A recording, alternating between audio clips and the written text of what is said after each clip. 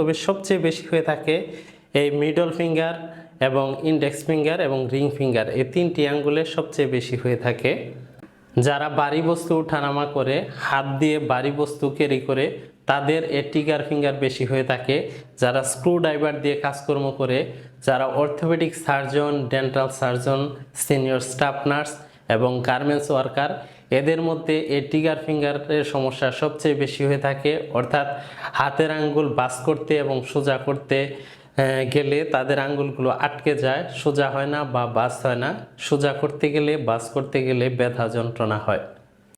এই trigger finger হলে হাতের আঙ্গুলের যে নডিউলগুলো শক্ত হয়ে যায়, ফুলে যায়, এই নডিউলগুলোতে আইস নিয়ে এইভাবে ধরে আস্তে আস্তে মাসাজ করতে হবে, সার্কুলার মাসাজ করতে হবে, জোরে জোরে চাপ দিয়ে, অর্থাৎ টিটিএফ করতে হবে। এইভাবে চাপ দিয়ে সার্কুলার মাসাজ করতে হবে।